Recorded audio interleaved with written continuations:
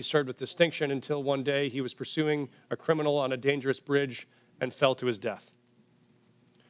In the midst of the immigration crisis, I attended the Fallen Officers Memorial as I watched officers hand Officer Becerra's 10-year-old daughter a folded American flag.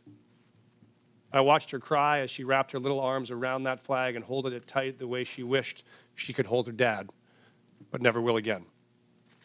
For the rest of her life, she will cherish that flag, that American flag, because it is the country that her dad loved, it is the country he chose, it is the country he served, it is the country he gave his life for. So if we want to tell the story of what impact immigrants have in America, we must tell the full story. That story must acknowledge that this country is lucky to have people like Julian Becerra, who love this country enough to risk their lives to keep us safe, to keep all of us safe. When buses started showing up filled with migrants, some in my city were afraid, just like I'm sure some of your constituents are afraid. They were afraid about crime and homelessness and worried about what these new people might take away from them. I understand that fear. And the truth is, people who are new to this country do good and bad just like all of us. But there's another truth. When those buses kept on coming, Denver made a choice as a city, not to hate each other, but to help each other. Not to turn on each other, but to turn to each other. And see if together we could solve a problem that felt bigger than any one of us. And that's what we did. It wasn't perfect, and it required sacrifice from all of us. But in the end, Denver came out stronger and closer than we were before. Because Americans expect us to do more than point fingers. They expect us to solve problems. So if Denver can find a way to put aside our ideological differences long enough to manage a crisis we didn't choose or create, it seems only fair to ask that the body that is actually charged with solving this national problem, this Congress, can finally commit to do the same. Thank you, Mr. Chairman. Thank you. I now recognize Chicago Mayor Johnson. Thank you. Thank you, Chairman Comer. Thank you to the ranking member Connolly and to the members of this committee. I have the great privilege and honor of serving as mayor of the city of Chicago, the third largest city in the nation. Established by a Black Haitian man and a Potawatomi woman, Chicago is and always has been a proud city of immigrants. Generations of new arrivals, including the descendants of the enslaved during the Great Migration, created a vibrant city where 1 in 5 residents is foreign-born. Each day I wake up to serve every one of Chicago's 77 unique neighborhoods and those who live in our great city. As mayor of Chicago, nothing is more important to me than the safety and well-being of all residents. And since I was elected, my administration has been laser focused on creating and implementing public safety initiatives that protect all Chicagoans. We launched the People's Plan for Community Safety, which builds trust between communities and law enforcement by prioritizing transparency and violence intervention. We established a dedicated robbery task force that reduced robberies by 25% citywide. We added over 200 detectives, increasing the clearance rates on our cases. And we've updated police equipment and technology so that our police officers have the tools they need to effectively prevent and fight crime. Our efforts to improve public safety by building trust with and investing in our communities are working. Violent crime is down in Chicago. The city ended 2024 with its lowest homicide rate in 5 years. The city is also safer because of our Welcoming City Ordinance. That law makes sure that the city's police resources are focused on our local priorities. In fact, the 40 years of Chicago's leaders have recognized that our policies toward civil immigration matters help to prevent and solve crimes. Put simply, any actions that amplify fears of deportations make Chicago more dangerous. Those fears cause witnesses and victims to avoid cooperating with police. The cooperation of all people, regardless of their immigration status, is essential to achieving the city's goals of reducing crime and pursuing justice for victims. When there is trust between city's residents and the police, undocumented immigrants come forward to report crimes to local law enforcement and provide information that helps the police solve those crimes. And now, I know there are myths about these laws, but we must not let mischaracterizations and fear-mongering obscure the reality that Chicago's crime rates are trending down. We still have a long way to go, but sensationalizing tragedy in the name of political expediency is not governing, it's grandstanding.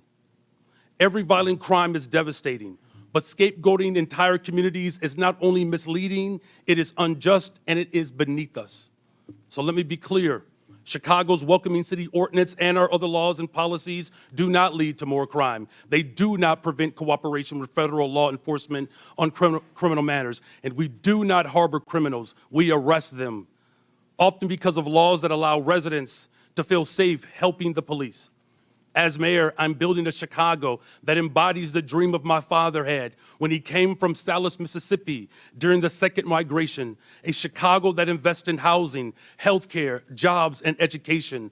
And that's why we've increased safe and stable housing by adding almost 4,000 more units, expanded access to healthcare by opening 3 mental health centers, and focused on getting our young people well-paying jobs, with summer jobs increasing by 45% since I've taken office. Our local partnerships have built a solid foundation, a better, stronger, and a much safer Chicago. We need this body's support for these efforts. We are ready to partner with you on the measures we know promote trust and create sustainable public safety.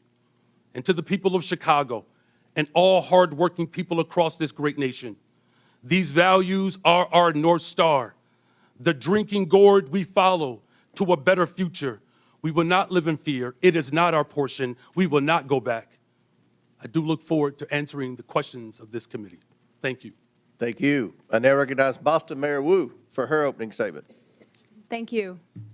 Chairman Comer, Ranking Member Connolly, and members of the committee, my name is Michelle Wu. I am the daughter of immigrants, and since November of 2021, I have had the honor of serving as mayor of Boston. I'm proud to be here on behalf of our city, the police officers, first responders, city workers, the faith leaders, teachers, parents, and neighbors who partner every day to make Boston the safest major city in the nation. And I'm proud every day to work alongside the greatest police commissioner in the nation, Commissioner Michael Cox. Every year since I took office, we've set a new record low for gun violence in Boston. Last year, Boston saw the fewest homicides on record in the last 70 years. Those are the facts. And behind these record lows are historic highs. The most ever young people working paid summer jobs, the most pre-K seats at no cost to families, the most affordable housing built in a generation. We have invested in the kinds of opportunities that cultivate prosperity and eradicate crime. And the laws on our books promote the kind of community trust that keeps all of us safe. In Boston, our police department resources and taxpayer dollars go towards preventing and solving crimes. And when it comes to criminal matters, the Boston Police partner every day with state and federal law enforcement. But Massachusetts state law and the Boston Trust Act make clear that immigration is federal law enforcement's responsibility. We are the safest major city in the country because our gun laws are the strongest in the nation, because our officers have built relationships over decades, and because all of our residents can trust that when they call 911 in the event of an emergency or to report a crime, help will come. This federal administration's approach is undermining that trust. In the past month, I've met with residents and faith leaders in community centers and places of worship, asking my constituents what they want Congress to know. And what I heard over and over again was fear and frustration. I spoke with pastors whose pews are half empty on Sundays, doctors whose patients are missing appointments, teachers whose students aren't coming to class, neighbors afraid to report crimes in their communities, and victims of violence who won't call the police. This federal administration is making hardworking, tax-paying, God-fearing residents afraid to live their lives. A city that's scared is not a city that's safe. A land ruled by fear is not the land of the free. Next month, Boston will celebrate 250 years of our nation's freedom. And in every one of those years, Boston has welcomed the world to our shores. From the English immigrants fleeing religious persecution, to the Irish forced out by famine, to the families from Haiti, the Dominican Republic, Cabo Verde, Vietnam, and so many more who call Boston home today. We are the safest major city in the nation. We are home to the greatest healthcare, the greatest colleges and universities, the most advanced innovators, and the 2024 world champion Boston Celtics. We are the cradle of democracy and the city of champions. We are all of these things not in spite of our immigrants, but because of them. 1 in 7 signers of the Declaration of Independence were immigrants. On the last 4 Red Sox rosters to win a World Series, 1 in 5 were immigrants. Of all the faculty at Boston University to have earned a Nobel Prize, all but 1 were immigrants. Today, 1 in 4 Boston residents were born somewhere else. Most have jobs, many have kids. All of them chose this country as their home because, like my mom and dad, they believe that here, where you've been doesn't limit where you're going. The strength of your character has nothing to do with the color of your passport. And how hard you work matters more than where you were born. That wherever you're from, if you pitch in, look out for your neighbors, and cheer for the home team, you can build a better future here for the people you love. So to every one of my neighbors back in Boston, know this: you belong here. This is your home. Boston es tu hogar. Boston, 这里卡有，这是你的家. This is our city. We are the safest major city in the nation because we are safe for everyone. Thank you. Thank you. I now recognize Mr. Beer for his opening statement. Chairman Comer, Ranking Member Connolly, and distinguished members of the committee, thank you for the opportunity to testify. The Cato Institute's half-century of independent research demonstrates that people of all races, religions, and birthplaces can thrive in a free society. Liberty must be protected, both from over-intrusive government and from private violence. Unfortunately, the President's chaotic, indiscriminate deportation plan does the opposite. It harms public safety, threatens Americans' rights, and undermines the successful integration of America's immigrants into its society and economy. The President's first action was to rescind the requirement that ICE target public safety threats first. He has ordered that millions of vetted immigrants be stripped of lawful status and deported. He is even attempting to deport the U.S.-born children of people without permanent status. This flagrantly unconstitutional act effectively orders a series of crimes, wrongful arrest and imprisonment, civil rights violations, and unlawful deprivation of voting rights. Never before in American history has a president sought the power to strip potentially tens of millions of Americans of their constitutional rights. The president is also explicitly asserting the authority to ignore any law passed by you, Congress, that provides due process for people accused of being in the country illegally. The administration has repeatedly misled you and the public about who it is targeting, stating it would focus on public safety threats, that only the worst of the worst would be sent to Guantanamo Bay, and that every person it had arrested had a criminal record. We now know that most ICE arrests since the inauguration have been of people without a criminal record. Indeed, he is arresting people who entered legally, never violated any law, and sending them to Guantanamo Bay prison. It is no surprise in this lawless environment that many people and many cities simply do not trust the federal government on immigration. That is a problem. But under our Constitution, states determine their policies. Congress cannot force them. It must reestablish trust.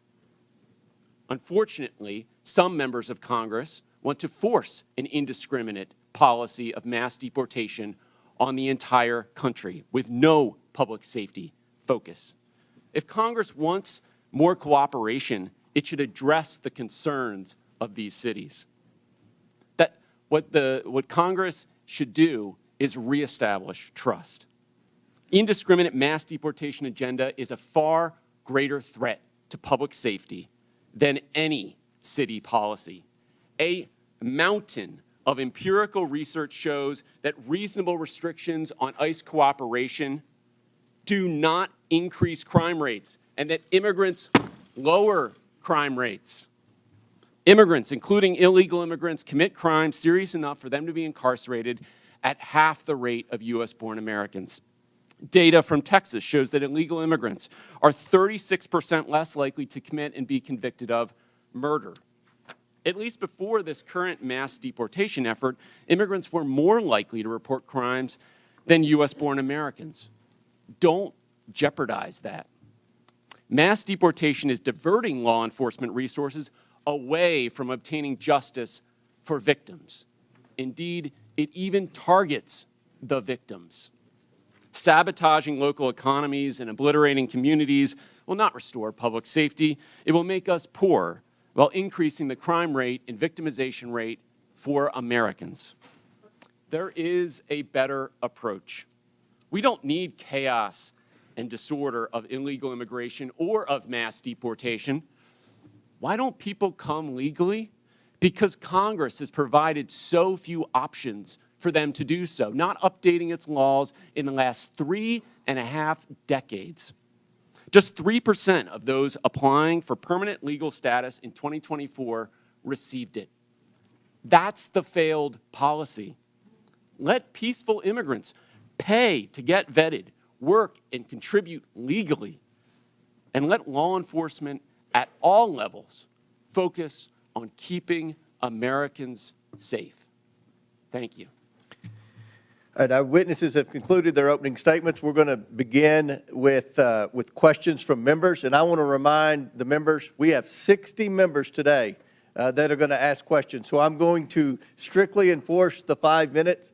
I'll hit the gavel if anyone's still talking, and we'll allow the witnesses to answer the question. But let's please be mindful, we have a lot of questioners today for this very important hearing, and again, we thank the witnesses. I'll recognize myself to begin questions for 5 minutes, and I have limited time, so I want to start with a simple yes or no question, and I'm going to hold you all to that because after the first question, then we'll allow for a little more time. But Mayor Johnston, in 2017, Denver prohibited city officials, including corrections officers, from assisting and cooperating with any investigation, detention, or arrest procedures related to federal immigration laws. The city also stated that federal immigration authorities shall not be granted access or allowed to use the secure areas of any city or county jail. Mayor Johnston, is Denver a sanctuary city? A lot of folks use that term. Yes or no? Sorry, Mr. Chairman. Folks use that term differently. I can tell you what Denver does. We do not. Okay, I take that as a yes. Mayor Johnson, no, yes or no? I take that as a yes. Mayor Johnson, on March 10th, 2023, you posted on X that Chicago must lead and live by the promise to be a sanctuary city. Is Chicago a sanctuary city? A 40-year policy of being a welcoming city. Yes. A 40-year policy of a welcoming city. Mayor Wu, in November 2024, you gave an interview noting that you served on the city council a decade ago when the Boston Trust Act was first passed. You said in that interview that in terms of Boston's policy, there is a prohibition on resources and personnel going to enforce civil immigration detainers, meaning Boston police and other departments cannot cooperate with ICE when it comes to detaining on civil warrants. Mayor, is Boston a sanctuary city? Boston is a safe city. I take that as a yes. And Mayor Adams, on November 12, 2024, you said, quote, this is a sanctuary city, but I must comment that you have, of the witnesses today of the major cities, you have publicly stated that you were willing to work with ICE on detaining the most criminal illegals, and I want to publicly thank you for that. But my question to you, sir, is New York City a sanctuary city? Based on our classification, yes. Okay. Last year, in a Boston suburb, an illegal alien raped and impregnated his 14-year-old daughter while living in a shelter for illegal aliens. Mayor Wu, under Boston law, would you turn this criminal over to ICE on a detainer? Whenever there's a criminal warrant, Boston police enforce that and hold people accountable. So would you turn that criminal over to ICE? This happened outside the city of Boston, but I can tell you in the city, whenever someone commits a crime, whenever there's a criminal warrant, we hold them accountable. If ICE deems that they are dangerous enough to obtain a criminal warrant, and the Boston police will enforce it. Will you turn that criminal over to ICE? We follow the laws, I and take we that make as a sure no. that everyone. In Chicago, is an safe. illegal alien who is a suspected member of a violent foreign gang who was brought into custody for his potential involvement in a murder. He was released when Cook County declined to press charges. This illegal alien is also facing charges for kidnapping and sexually assaulting his former girlfriend last year. Now he's on the streets. Mayor Johnson, under Chicago law, would you turn this criminal over to ICE on a detainer? Our local law enforcement works hard every day to get criminals off the streets of Chicago. Would you And turn that criminal over to ICE? That's the problem. That's one of the topics of this conversation. That's one of the problems we've heard from Tom Hammond and from the Homeland Security is that in your cities, when someone's apprehended for a crime and ICE is now with this new federal policy wanting to come in and deport the criminal alien, that you will not cooperate with ICE. Will you turn that criminal over to ICE? And we do not harbor criminals. Our local police department works hard every single day to ensure that the city of Chicago is Yes safe. or no? Will you turn the criminal over to ICE?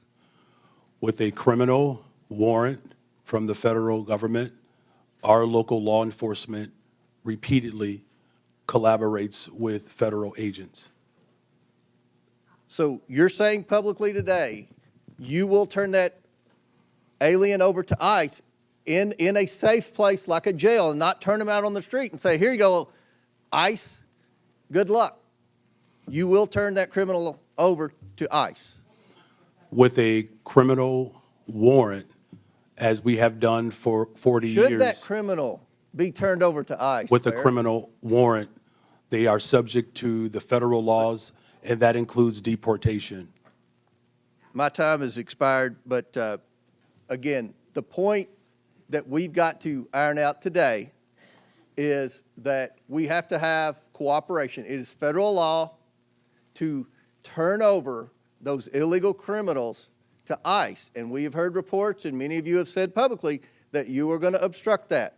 That is against the law, and we're going to hear more about that today. Now, I recognize the ranking member, Conley, for his 5 minutes. Thank you. Mayor Wu, I quoted Tom Homan, the so-called border czar, saying that he wanted to bring hell. He was bringing hell to the city of Boston. What did you understand him to mean by that? Let's talk about Tom Homan.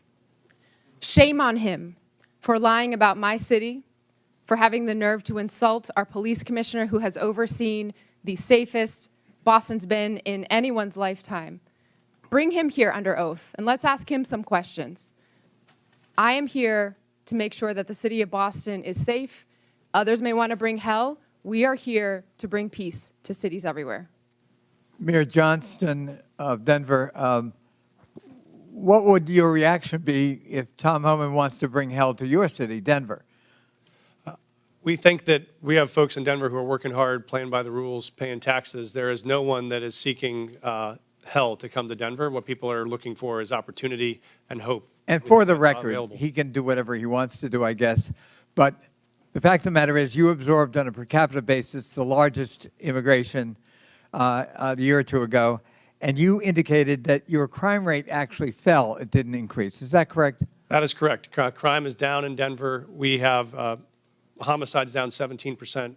Violent shootings are down 24%. And in Auto thefts Boston, down. I'm sorry, I've got limited time. Mayor Wu, same thing in Boston. The Boston crime rate has been falling, correct?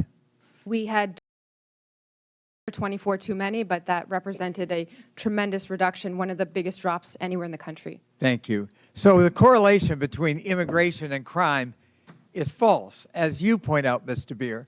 Perhaps you can elaborate that. I find it ironic that you characterized correctly, in my view, President Trump and Tom Homan's approach to immigration as lawless when they're invoking law and order and crime as the rationale for their lawlessness. Could you expand on the lawlessness and the irony of the fact that, as you point out in your testimony, the crime rate among immigrants is half that of the native population?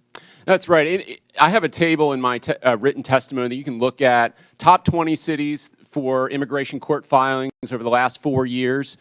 19 of those cities saw a decline in their homicide rate. If you look at all of the major cities, there is a negative correlation between increasing numbers of immigrants and the homicide rate. So that means more immigrants, lower homicide rates. That holds true across the United States. So I think the correlation that's trying to be made is more immigrants, more illegal immigrants, more chaos, more crime. That does not hold. What we do see under this administration is an increasing willingness to ignore the laws. He has, as I mentioned, signed an executive order that says he can ignore due process rights for people who are accused of being in the country illegally.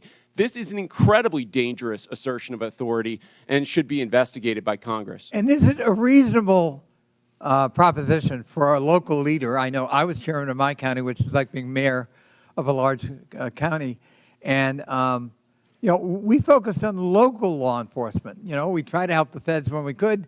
We were cooperative where we could be, but our job was local law enforcement. And there is a clash when ICE behaves this way, and I described some horrible incidents. It instills fear in the immigrant community, and it fosters non-cooperation rather than cooperation, which is the mandate of each of these leaders, is it not? Absolutely. We want cooperation. Many of these cities are the reason why immigrants are more likely to cooperate and report crimes to the police than the U.S.-born population is. So there are good reasons to limit this mass deportation of people in their communities. I would just argue that the premise of this hearing is false. We have local law enforcement cooperating with the local political leadership, and it's working. It's bringing down crime rates. And the proposition that immigrants cause crime is false, in fact, patently false, as your testimony, I think, would demonstrate, Mr. Beer. And the idea that these are sanctuary cities that need to be punished is simply a war on urban America. And I'm proud of the mayors who are in front of us here today, and I thank them for their testimony, and I thank them for their service to their local communities. I relate to it, and I think it's a noble calling. I yield back. Gentleman yields back. Chair recognizes Ms. Boebert from Colorado. Thank you, Mr. Chairman. Mayor Mike Johnston, I hope we can start off on a level field of agreement here. So in your testimony, you said that locals were asking Denver, what will you do?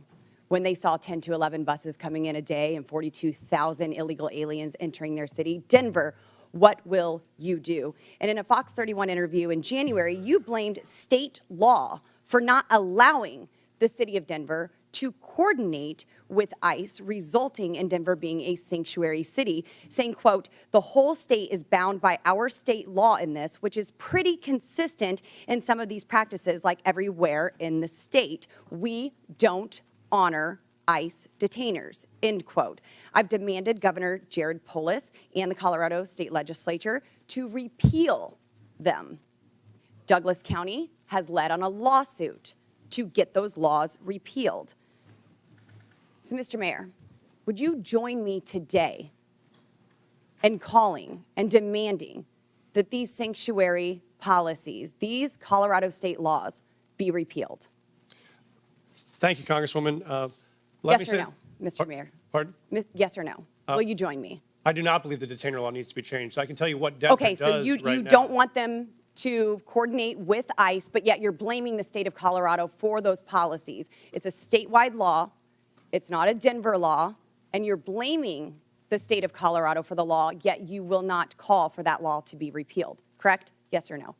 We do coordinate with ICE presently. I'm happy to tell you what we do on that. So we've honored detainer requests more than 1,226 times over the last What 7 about years. before a warrant? There are many issues before a warrant. So if what happens is if ICE has sends us a detainer request, Well, you have local law enforcement officers, Mr. Mayor, who are unable to coordinate with ICE to even get the initial warrant. They aren't allowed to tell them that they are illegal aliens. So unfortunately, you won't join me in asking for this law, demanding that this law be repealed. So let's keep going.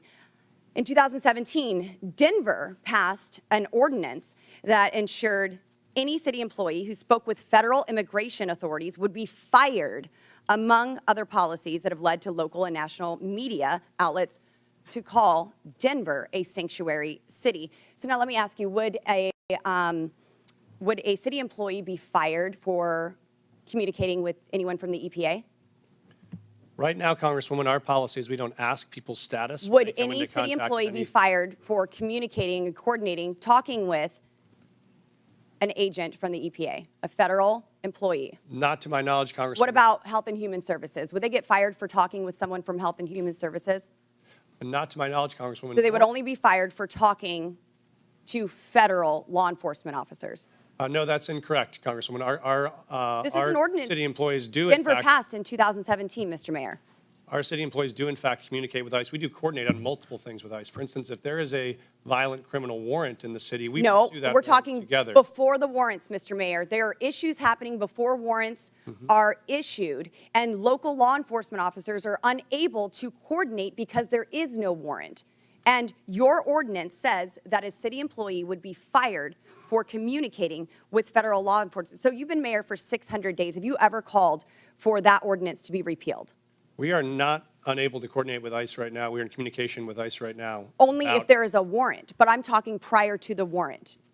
We wouldn't have a reason to coordinate. Because you prior don't know to if they're warrant. illegal, because you are unable to coordinate until there is a warrant. So that's why this ordinance needs to be repealed. So now the 600 days, there's been no time to ask for this to be repealed. You did have a newcomer's playbook, 25 pages. You had time to put that together. And you had time to agree with the city council to authorize up to $2 million to pay Joe Biden's former lawyer, his law firm, to help cover your ass for Denver's sanctuary city policies for this hearing, correct? Thank you, Congresswoman. We have counsel. Did you to authorize support- that spending? We have counsel to support this committee's investigation into any documents you may have. That is a year-long contract for the 13,000 city employees. And your budget you may is request documents from. seriously declining. Denver Magazine reported that Denver has spent $7.5 million on shipping illegal aliens to other destinations. Mayor Adams, did Mayor Johnston ever coordinate with you and tell you that he was shipping illegal aliens to your city? We coordinated in communication around the entire asylum seeker issue in our cities. So I've heard that Denver crime went down. Well, Aurora's crime went up because you were also shipping them to Aurora. And we have documentation that I don't have time to discuss here in this hearing that proves you were shipping illegal aliens to Aurora. Their crime was increasing while you were hiding under laws that you will not demand be repealed, ordinance from your city, and then crime was going up from Tren de Aragua gangs vandalizing apartment owners. Thank you, Mr. Chairman, and I hope that we can get this We have a resolved in 5-minute Colorado. rule, Mr. Chairman. Chair, gentlelady's time's expired. Chair recognizes Ms. Norton from Washington, D.C.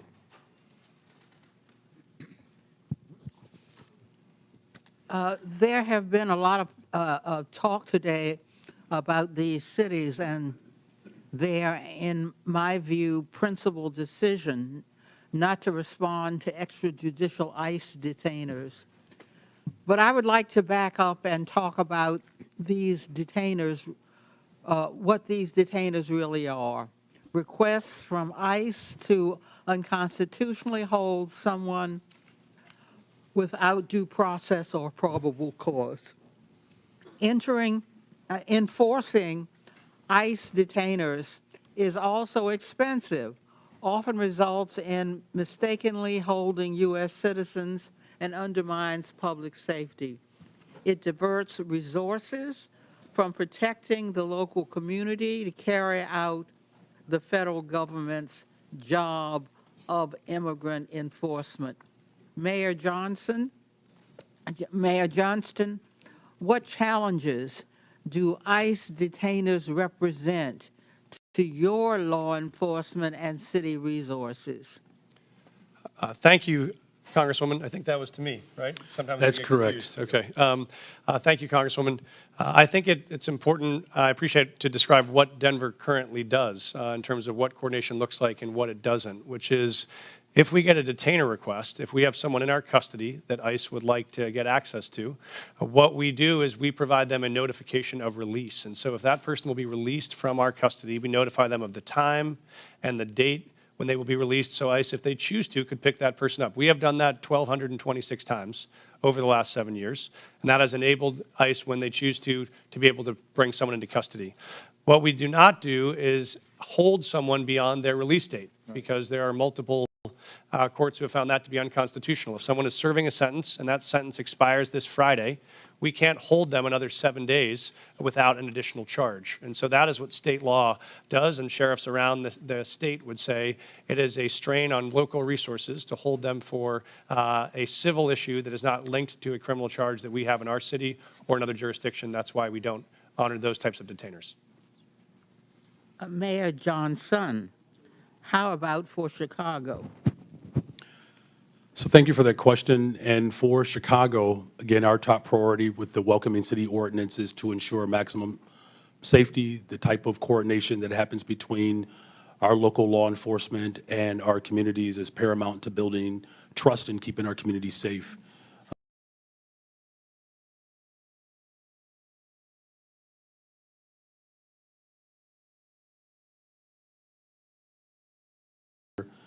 We do not permit our local law enforcement from engaging in any federal matters.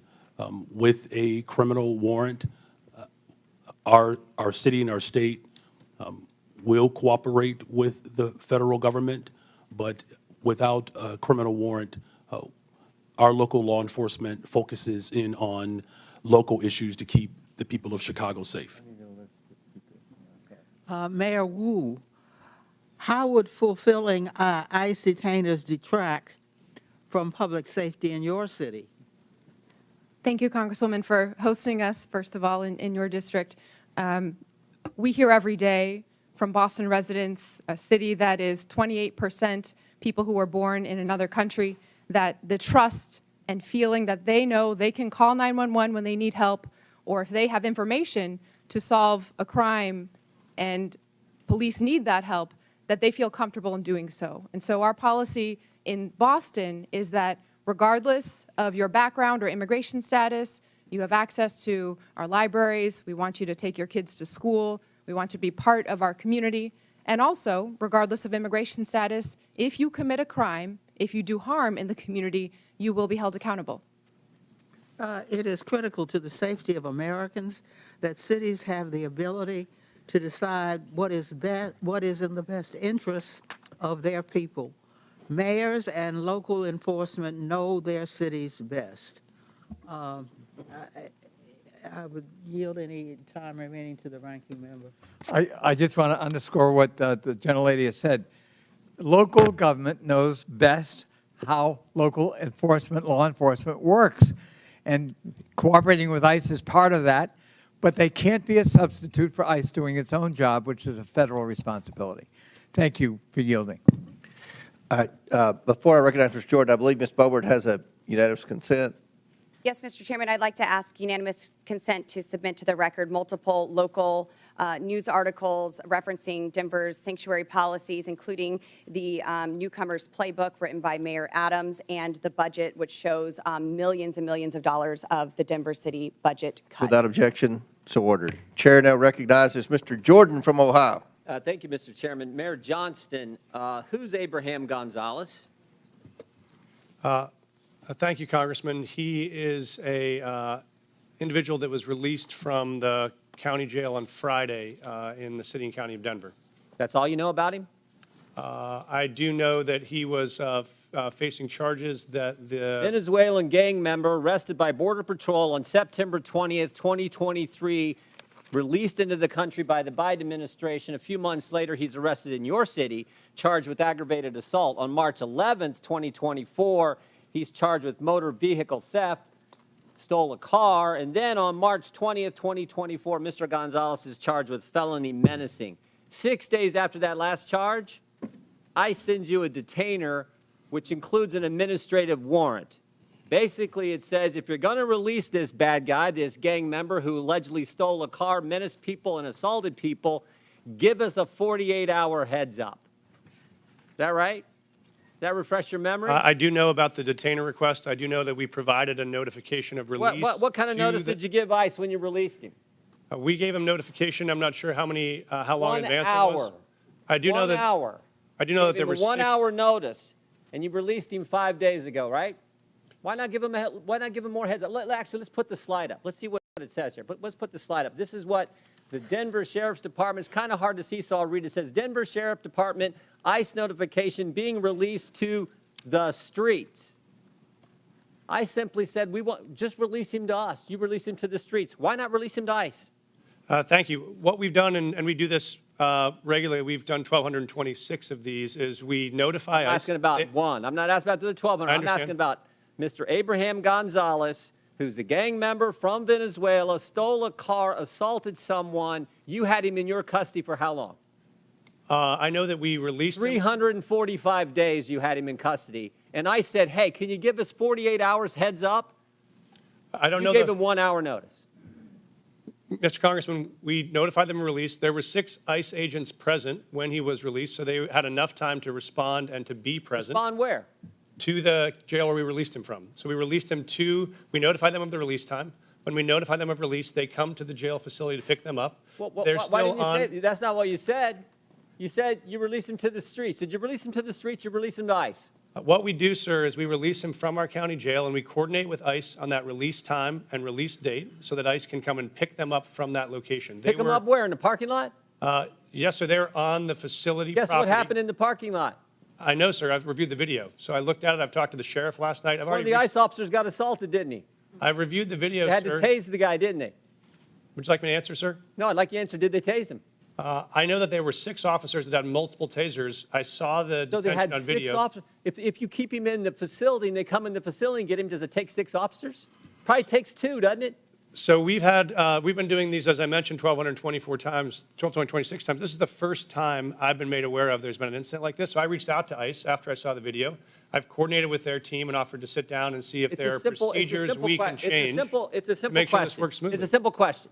You can release him in the parking lot, give ICE 1 hour notice, and they got to send 6 officers to arrest this guy. Or you can say, hey, here's what we're going to do. We're going to hold him. You come in and bring 2 officers in, and you turn him over there. Why not do it that way? We have a city ordinance. You know why you don't do it that way? We have a city ordinance that governs. Because you're a sanctuary city. This is the whole point. No, sir, I disagree with you. Oh, okay. Because I'll tell you why. If you talk about sanctuary as a definition of shielding people from law enforcement, we do not do that. What we do is provide services. In this context, what we did is we coordinated the release. An officer got assaulted because of your policy, which says we're going to release him to, in your words, not mine, to the streets. They have to arrest him in the parking lot. They bring 6 officers when they could have had 1 or 2 just come in your facility, in the jail, and take the guy there. But you won't do it that way. I've seen the video. I've reached out to ICE. don't care if I've you've seen the offered to video. I sit know the down and facts coordinate too. on strategies. If we need to make adjustments to what we do on releases, we'll do that. This is the first time in the 1,226 releases You know, I've heard of an I read your incident, so we'll written take testimony action. last night. I read your written testimony last night. 4.5 pages. And you used the words safe, safer, or safety 13 times. Talking about my job is to protect the safety of the people in Denver. We prioritizing making sure everyone in our community is safe. That's a lie. Because it was not safer for the ICE agents who are part of your community. No way was it safer. The safest thing to do is to say, ICE, we got him in custody. Come here, we're releasing. We held him 345 days. We can't hold him a second longer. We can't wait for you to come inside the building. We got to let him go, so you have to arrest him in the parking lot. That is how stupid sanctuary policies are and what they mean to the community that you put at risk and to the ICE officers ICE officer who was assaulted, and they had to use a taser on. It's not good. Mr. Chairman, Mr. Chairman, 5 minutes is up. Consent request. Gentlemen's time's expired. Chair recognizes Mr. Lynch from Massachusetts. Thank you, Mr. Chairman and Ranking Member Connolly. I want to thank the panelists for your willingness to come before the committee and help us with our work. You know, I truly believe that if we had a rational and comprehensive immigration policy in this country, if we competently regulated the flow of immigration, if we knew the purpose and circumstances of each immigrant's arrival here, and if every immigrant knew what was expected of them when they arrived, I honestly and truly believe that immigration could be the greatest blessing for our country. Look at our world rivals, China and Russia. No one is trying to sneak into China, sneak into Russia. It's because of what we offer here as a nation. There is a substantive issue that's at play here, and I want to address that. So under Article 1, Section 8, Clause 4 of the Constitution, it provides Congress, and I'll read the section here, to establish a uniform rule of naturalization. And Clause 18 further provides that Congress has the power to make all laws that shall be necessary and proper to execute its enumerated powers, including immigration. So it appears that Congress has taken up that responsibility in the Immigration and Nationality Act, which they exercise under constitutional writ. On the other hand, we have local so-called sanctuary city laws that at times, so those sanctuary cities laws tend to address local cooperation with federal authorities in your jurisdictions, within your cities. And sometimes it does appear that the sanctuary city laws are defending against the congressional grant of authority to operate in that area. Now, you all, as mayors, and I ask this of the entire panel, you deal with this every single day, and we've heard some of it in your testimony eloquently. How do we, as lawmakers, we're struggling with this right now. There's a tension between that authority of Congress to act under Article 1 of the Constitution and then your responsibility, nobly taken, to provide a safe environment for the residents and visitors to your cities. How do we reconcile, and I'm asking you for advice. You have a great perspective on this. How do we together reconcile the tension between those two operating systems, grants of power? And I'd welcome any advice you have on that, because that's what we are struggling with up here in terms of trying to come up with a comprehensive immigration policy that addresses all of these concerns. Mayor Johnson? Congressman, I'm happy to start the response. We obviously believe there is a federal system that has federal obligations and state and local obligations. We think, as Mayor Wu said, that our officers are uniquely prepared, trained, and ready to enforce local law and to keep our city safe. We want to focus on that. We do not have the capacity for our law enforcement to be doing federal immigration enforcement, but we want to be partners in making sure we're pulling violent criminals off the street. We do that now. We've done it in the past. We'll keep doing it. But we think the capacity for the federal government to focus on. But what I'm trying to point out is this. So the current president of the United States, Donald Trump, rode into office on this issue. On this issue. He put people in fear. I'm in a state that's 2,400 miles from the border. We're going to spend $1.5 billion on providing services and housing and everything to people who are in our state unlawfully. He got into office on that issue. So the costs to democracy are massive. It is now threatening our democracy because we have mishandled this issue. So we need to get together on this and turn immigration, like I say, into the greatest blessing that this country has, and not something that people are afraid of. That's the challenge. May I, Congressman? Please. This may be the last my blue. friend. This may be the last blue dress I'm wearing this month. It's going to be green from here on out as we celebrate Irish American heritage back at home. Please pass comprehensive immigration law that is consistent and compassionate That will make our jobs possible, and we would so appreciate that partnership. I hear you. Thank you. I yield back. Gentleman yields back. Chair recognizes. Chair, I have a unanimous consent request. I didn't. I'm sorry. I have a unanimous consent request. All right. Proceed. Okay, I'd like to seek unanimous consent to enter into the record thousands of DHS agents shift to deportation instead of drugs, weapons, and human trafficking. That is February 2025 USA Today. Without Also, objection, so ordered. Parents pull kids from childcare as immigration fears hit U.S. youngest. Without objection, so ordered. Chair. Finally, an 11-year-old girl in Texas died by suicide after she was bullied about her family's immigration status, her mother says. Without objection, so ordered. Chair recognizes Dr. Gosar from Arizona. Thank you, Mr. Chairman. Mayor Wu, I'll be showing up at your house tomorrow with my bags at 5 o'clock. Leave your doors unlocked, please. What are you making for dinner? Because I expect a warm meal and a balanced diet. Now, I'm going to need a car, and please leave me some cash because I'm going to need to go to my doctor's appointment on Friday. That would be to Mr. Mayor Johnson. Now, I don't want to sleep on the couch, so put me up at a luxury hotel. The other Mayor Johnson. Obviously, you wouldn't like this because you don't know me, right? You know nothing about me. You might not like that. Sanctuary cities offer this kind of hope, this false hope to illegal aliens by saying that very thing. Stay with me. We don't tell anybody that you break our laws. Now, thank you. You have made the United States complicit and one of the largest purveyors of human trafficking in the world. Thank you. You're disgracing the legal immigration system that came here and the immigrants that came here the right way, through Ellis Island at the time, now through going through our process.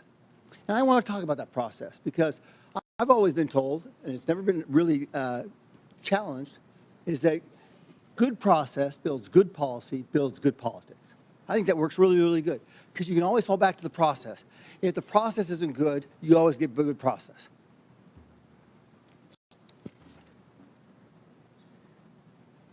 Now, you heard the word establishing trust, okay? How can you establish trust at the very beginning when you have a false narrative here? You're defending folks who have broken the law. The definition I've always looked at is trust is a series of promises kept. What kind of trust are you supporting here? What is the trust with an illegal alien? It's a false hope. It's a false trust. Welcome. We're bringing you in. It's disorganized process. Now, let me ask you a question. Mayor Adams, did you support SB 1070? I'm sorry? Did you support the Arizona law called SB 1070? I'm not familiar with it, sir. Well, let me explain, okay? SB 1070 challenged the federal government on its supremacy clause. Because we, in Arizona, wanted, the government wasn't doing anything, so we thought, we'll do this. We can't allow them to break laws. The Supreme Court ruled that struck it down. Now, it seems contraindicating here that you would have supported SB 1070, right, Mary Adams? Based on the premise that you or would you violate the supremacy clause in regards to immigration? Would I violate the supremacy clause? This is way over my head. Okay. I felt law. That's you know. okay. That's okay. Mayor understanding. Johnson, would you have supported SB 1070, allowing Arizona to follow their own laws? Because that's what you're doing right here. Thank you, Congressman. We currently follow all federal law, all state law, and all local law. So we do not have any supremacy clause challenges that we're pursuing or maintaining. Okay. Well, it seems like you are. But Mr. Johnson, do you agree? The city of Chicago complies with all laws. Okay. Mayor Wu. I'm not familiar with that law because I'm focused on the city of Boston, but we follow all state, city, and federal laws in Boston. What happens when you get in conflict with them? Who do you support? The Constitution, as I understand it, doesn't require cities or police officers or anyone to follow their laws in conflict, follow federal laws in conflict with local laws or state laws. Okay, in the Constitution, it says, and it's explicit, that the federal government has jurisdiction and supremacy over all immigration laws, right? I mean, I've heard it a number of times from my colleagues over here. We're the ones who can define that. We're the ones that have that. We just heard we want a comprehensive immigration policy. How can you get a comprehensive immigration policy when you're defining it from the very get-go? You're building it on false premises and false tenets. Respectfully, Congressman, you could pass bipartisan legislation, and that would be comprehensive immigration law. Why The would you false have- narrative is that immigrants in general are criminals, or immigrants in general cause all sorts of danger and harm. That is actually what is undermining safety in our communities. If you wanted to make us safe, pass gun reforms. Stop cutting Medicaid. Stop cutting cancer research. Stop cutting funds for veterans. That is what will make our city safe. Yes, thank you. I yield back. Chair recognizes Mr. Krishnamurti from Illinois. Thank you, Mr. Chair. Mayor Johnson, there's been much talk about Chicago and its enforcement of laws to rid our communities of criminals, so I want to give you a chance to address some of these questions. First, Mayor Johnson, the city of Chicago operates under 4 sets of laws: federal, state, county, and of course, Chicago's own laws, right? That is correct. And most of these laws are not within Chicago's sole power to change. For example, the Illinois Trust Act, a state law, was enacted in 2017 by then Republican Governor Bruce Rauner and dictates interactions between ICE and law enforcement, right? That is correct. And under Chicago's own law, I have a copy of it right here, Chicago is required to help ICE whenever ICE presents a judicial criminal warrant for an arrest, correct? Yes. In fact, Chicago has assisted ICE with criminal warrants in the past, right? Yes. So just to clear it up, any time that ICE does the work and goes to a court to get a criminal warrant to arrest somebody, the city of Chicago not only is required to, but does cooperate to remove that criminal from our community, right? That is correct. Let me turn to another topic. President Trump has said many things about Chicago, including that it is, I have this NBC News report, worse than Afghanistan. Mayor, I'd suggest the facts suggest otherwise. For example, Condé Nast recently named Chicago the best big city in America 8 years in a row. A friendly amendment, best freaking city in the world, city of Chicago. Chicago's the largest rail hub in America. That is correct. Chicago's a quantum technology hub in this country. $20 billion new investment. Chicago area is the home to the second most number of Fortune 500 headquarters of any city in America, right? Just voted again the top relocator for corporate headquarters for 13 consecutive years. And it's home to O'Hare Airport, the most interconnected airport on the continent, is that right? That is correct. That doesn't sound like Afghanistan to me, sir, does it? The city of Chicago is a beautiful place. We also have 20% of the world's fresh water right in our front yard. Our restaurants are amazing. In fact, everything that is dope about America comes from Chicago. A Republican named Lincoln was nominated for president in Chicago, and a Democrat named Obama called Chicago home too. It's the city of big shoulders, the heart of the heartland, the home to the world's best pizza. And we're not going to take any slander from Donald Trump or anyone else lying down. Is that right? That is correct.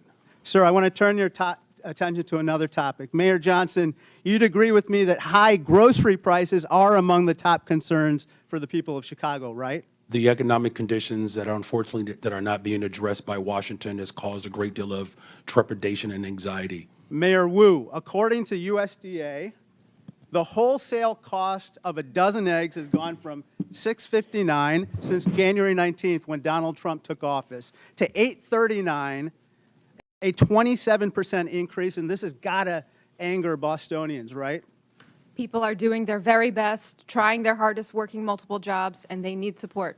Mayor Johnston, I suppose that people in Denver are concerned as well, right? I'm very concerned. This is the most important issue for us, is how we make sure that it's affordable to live in the city. Mayor Adams, the same is true for New Yorkers? Affordability is an issue that's impacting our city, and that's why we're doing the best we can to put $30 billion back in the pockets of working-class people. President Trump, if you're watching this hearing, I respectfully ask, when will egg costs be high enough for you to issue one executive order on bird flu? $10 a carton, $15 a carton. It'll soon be cheaper to buy a magazine for an AK-47 than to buy breakfast. This is flat out wrong. Turn to my last topic. Interestingly, last night in a record-long address, the president did not mention the word Medicaid once, which is top of mind for everyone. Mayor Johnson, you don't dispute that 1.6 million people in Cook County are enrolled in Medicaid, right? I do not dispute that. In fact, in most of our safety net hospitals, 70% of the individuals that are being serviced are being serviced through Medicaid. I recently received outreach from Lurie Children's, a preeminent children's hospital located in Chicago. They said, quote, slashing Medicaid will put access to care for all children in our state at risk. You would agree that's unacceptable, right? That is unacceptable. It doesn't matter where you're from. If you're white, black, brown, poor, or rich, massive cuts to Medicaid will devastate our health care system. Thank you, and I yield back. Gentleman yields back. Chair now recognizes Mr. Perry from Pennsylvania. Thanks, Mr. Chairman. Mayors, thanks for being here, leaving your cities to come to Washington, D.C. today. By either definition or by claim, each of you, I think, could justifiably say represent what's considered a sanctuary city. If you could describe it, what would you, sanctuary from what? Anybody? Mayor Johnson, you want to start? Mayor Johnston? Thank you, Congressman. I welcome that because I wanted to clarify. We do not shield people from federal law. I just asked you what, so you don't consider yourself a sanctuary city? We provide services and supports. Do you consider yourself a sanctuary city? That's just. We do not under that definition. You don't use the definition, you're not a sanctuary. We call ourselves a welcoming city. Okay, so what are you welcoming and who are you not welcoming? Well, we're welcoming everybody. Okay. We don't keep folks. So you're welcoming criminals that you don't have any idea what their crime background is, and you're good with that? No, we aggressively pursue. How do you do that? Anyway. No. How do you vet the people that you welcome in your sanctuary city? Sir, we don't vet folks that arrive from Illinois or California with a background check when they come into the Denver airport any more than someone from another location. So you're welcoming any illegal immigrant or illegal alien to your city without question? Well, folks that make the decision to come to Denver, they arrive, and then we expect them to get a job. But you call them, you welcome them. You welcome them. You call them to your city and say, if you come here, you will be safe from what? Thank you, sir. We don't call anyone to our city. Folks that arrive in our city, we offer same access to services they may need to be successful. And if they break the law, we hold them accountable, we charge them, we prosecute them. What about if they've already broken the law? Well, if they've already broken the law and there is another jurisdiction that has a warrant for that person, they let us know and we would cooperate to transfer them to that jurisdiction. I think we saw in Mr. Jordan's conversation with you that you really don't do that. Mayor Johnson, how about you? How many, according to my records, you have welcomed 51,648 illegal aliens to your sanctuary city. So I'd ask you, sanctuary from what? If you're referring to the number of individuals that were bused from Governor Abbott without any coordination, the 52,000 individuals that were seeking asylum, those individuals were bused to us. I passed a bus ordinance to work to coordinate with the governor of Texas. He refused to do that. But that transfer of individuals was the result of the governor of Texas, not the result of a welcoming city ordinance. Welcoming city ordinance. So you're not welcoming these people that came here illegally? The individuals that were bused to us from the border. They were not welcome in Chicago? You didn't welcome them? You didn't provide them sanctuary? So the welcoming city ordinance is pretty straightforward.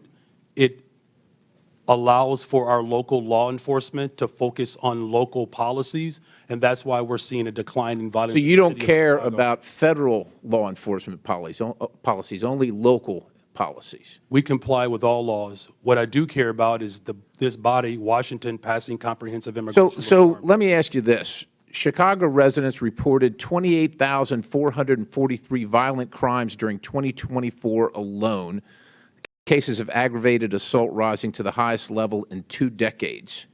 Now, also, state funds, $160 million, were issued to illegal alien job assistance shelters in Chicago. You're the mayor of Chicago. Do you think that your residents or the residents of your state should be paying for that more than they should be paying for their own needs, their own roads, their own public safety? I mean, who elected you? The people that came illegally, whether they were sent to you or not, or the people that reside in Chicago? Who elected you?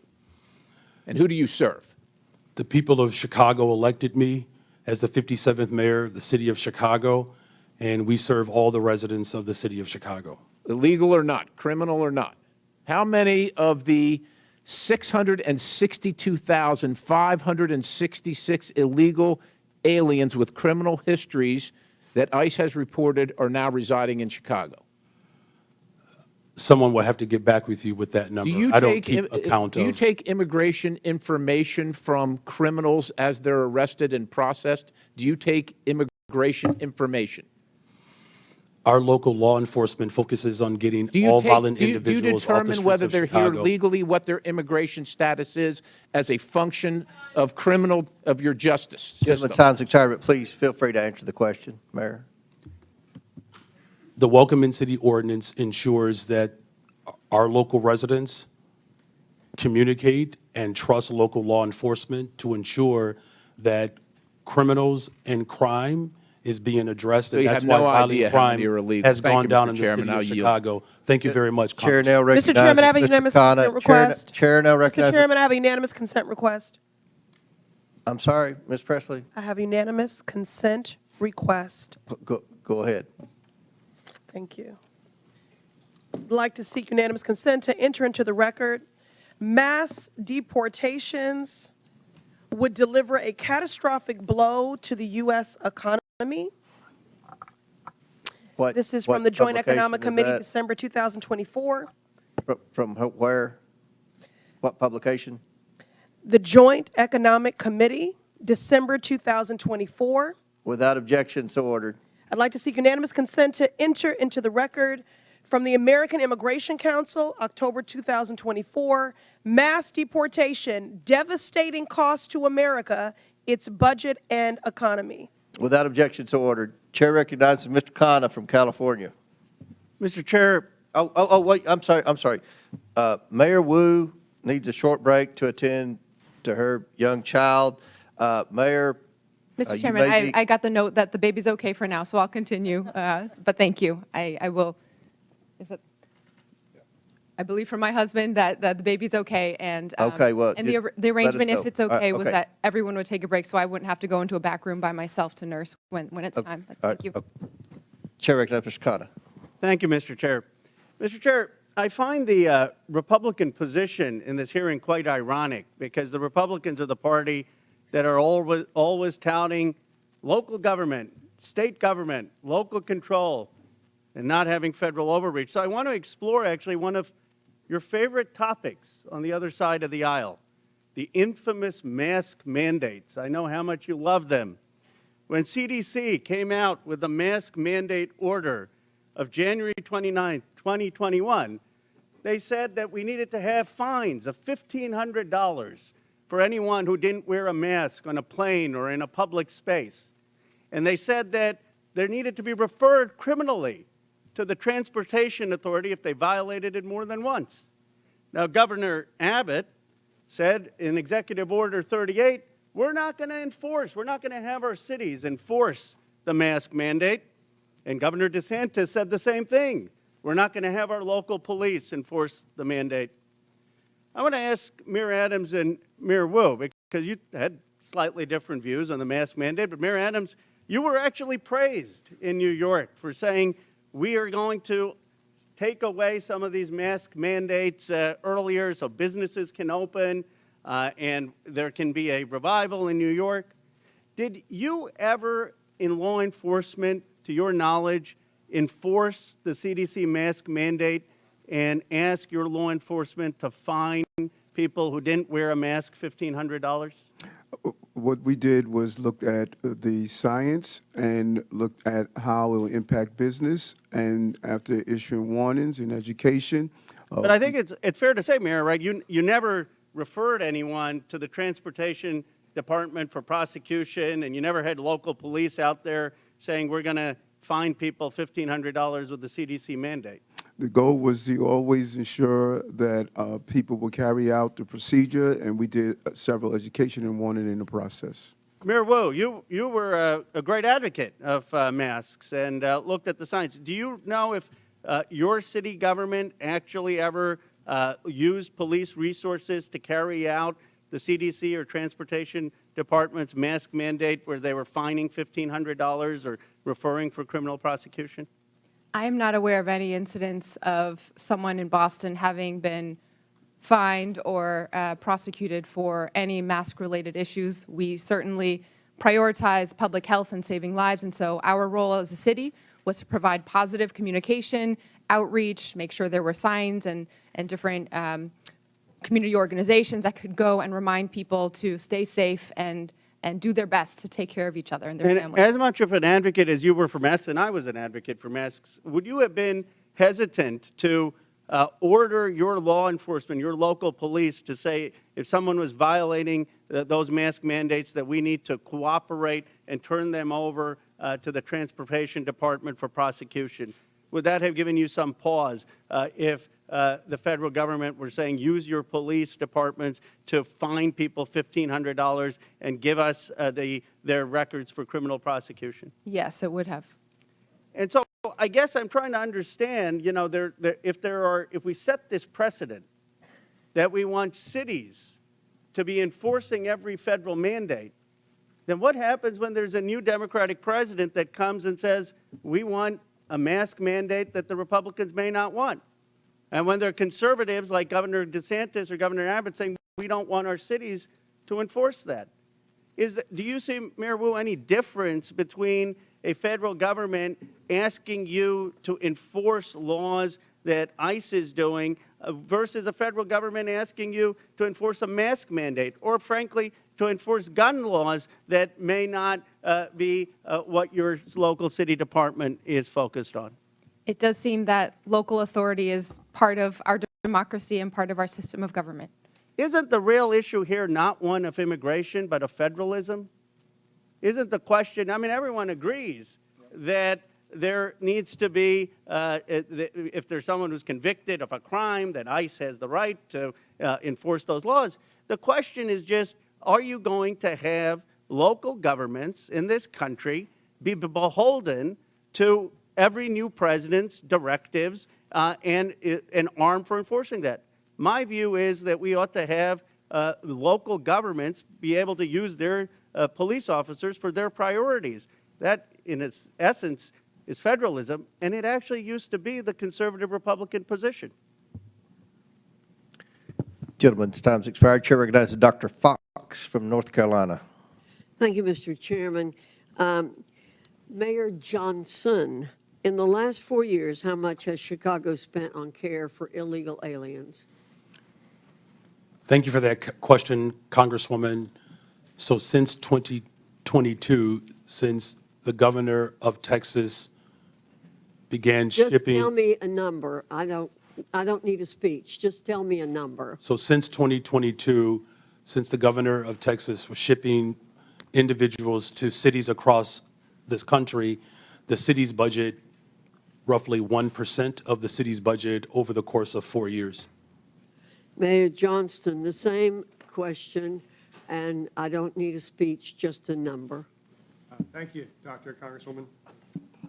Thank you, Congresswoman. It's $79 million over the last 2.5 years. Mayor Adams, same question. How much has New York spent to care for illegal aliens?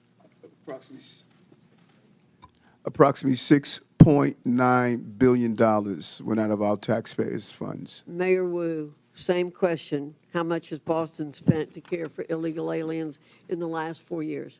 We do not ask about immigration status and giving city services and providing that access, so we do not have a number.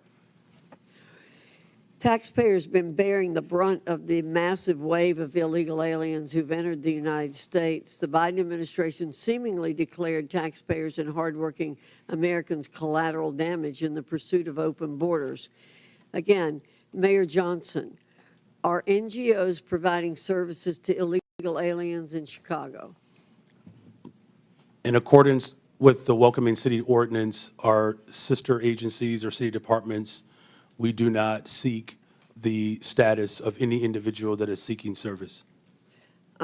Mayor Johnston, are NGOs providing services to illegal aliens in Denver? Thank you, ma'am. When folks arrive on the streets without food or resources or shelter, we do provide food or shelter regardless of where folks arrive from. Mayor Adams, same question. Yes, in combination of city agencies and nonprofits, we responded to the migrant asylum seekers humanitarian crisis that hit our city. And Mayor Wu, I assume you don't know their status, but do you know if there are NGOs are providing services to people arriving in your city without any kind of documentation?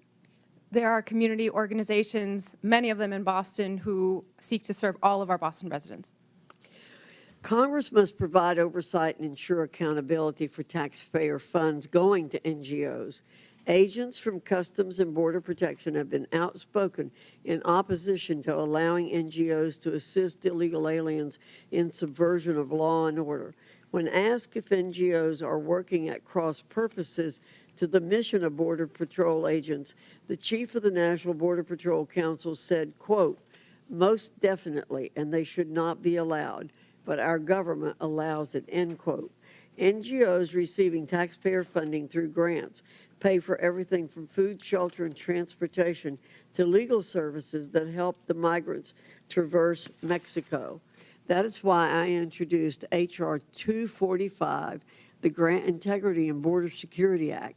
This bill would require all NGOs who apply for a federal grant to certify as part of their application that they have not, will not, and are not engaging in acts that violate federal immigration law.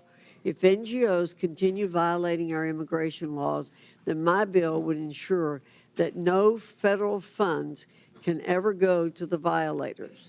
It's time to pass this bill, ensure accountability, and secure our cities and the border. And with that, Mr. Chairman, I yield back. Gentlelady yields back. Chair recognizes Ms. Brown from Ohio. Thank you, Mr. Chairman. Today we've heard my colleagues on the other side of the aisle demean and dehumanize immigrants, choosing fear-mongering and political theater over real solutions. So let's take a moment to set the record straight. The best chance for comprehensive immigration reform came in 2013, when a bipartisan Senate majority passed a bill strengthening border security and providing a path to citizenship for longtime residents. But House Republicans killed it. Fast forward a decade later to last year, the Senate crafted another bipartisan deal, one that would have enhanced border security and tackled the fentanyl crisis with better technology and more agents.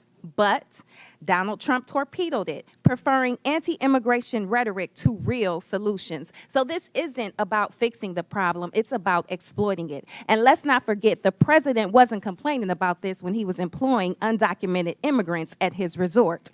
We all remember President Trump's tired old tactics from his first term, the harmful Muslim ban, referring to black and brown countries as quote-unquote shithole countries, and the cruel images of kids in cages. This time around is no different. President Trump signed multiple executive orders before even attempting to work with Congress. Mind you, a Republican-controlled Congress. So this isn't about policy, it's about fear.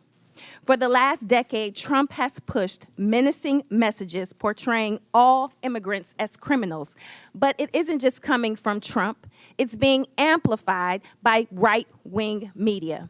A recent Ipsos poll found that people who watch Fox News are twice as likely to believe myths about immigration, including the false idea that immigrants commit more crimes than native-born Americans.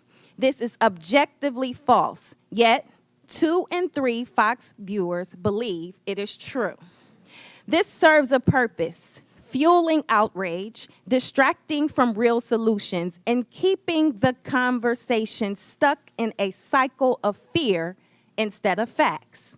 And Trump's latest immigration crackdown reinforces these misperceptions. ICE raids, choreographed for cameras, deportation sweeps with photo ops, wardrobe changes, and tough talk.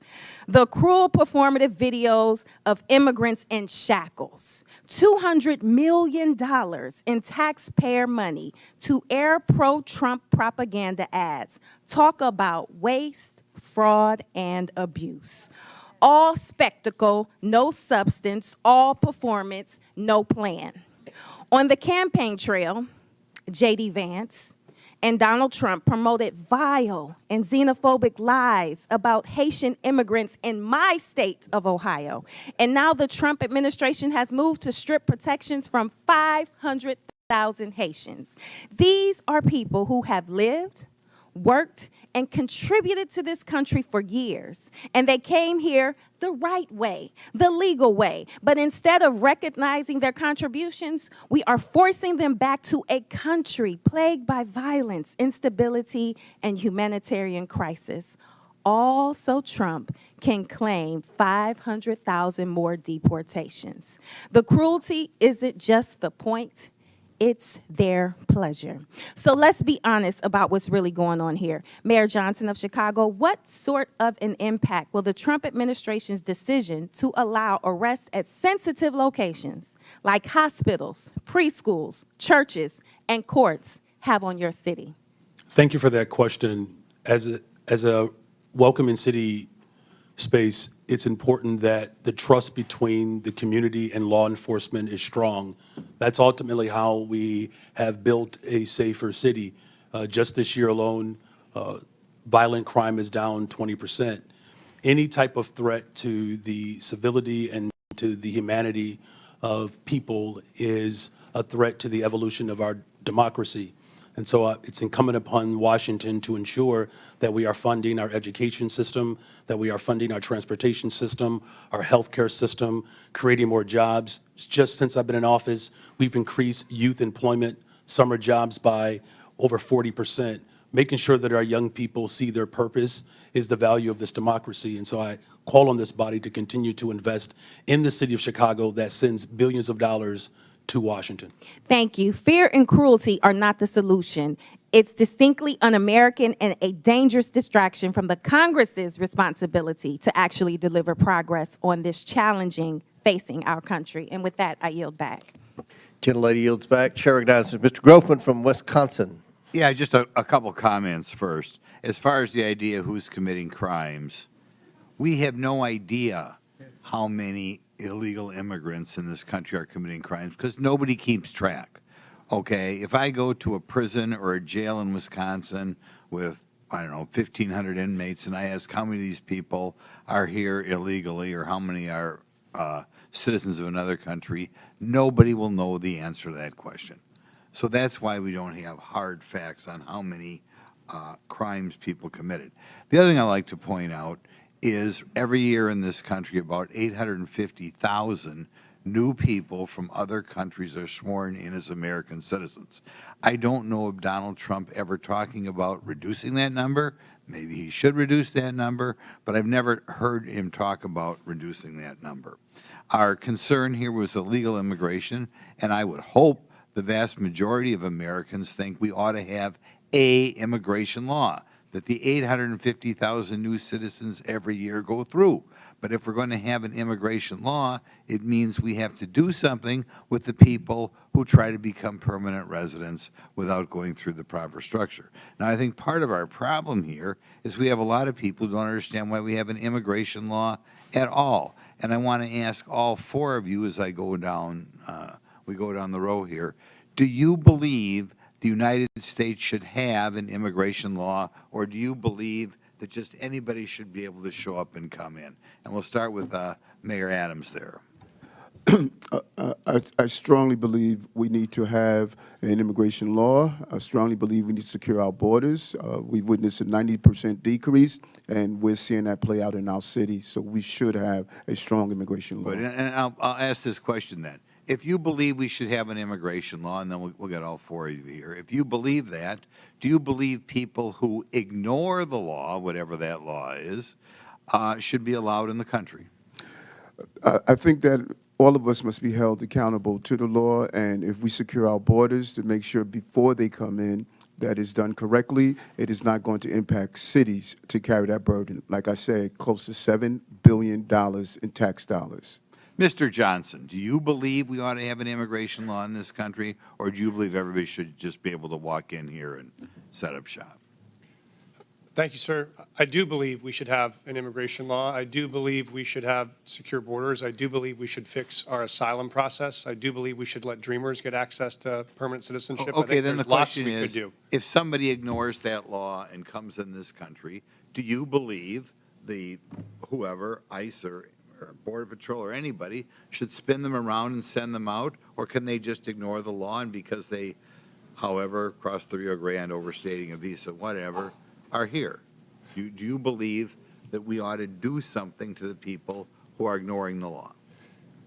Thank you, sir. In the case of the folks we're seeing, they are coming here because they are claiming asylum. When they claim asylum, they then have a right to a day in court to see if that asylum claim is The valid. question is, though, if I come in this country and stay here and I have not gone through any formal process to become a citizen or to be a visa, legal visa or whatever, should we kick that person out?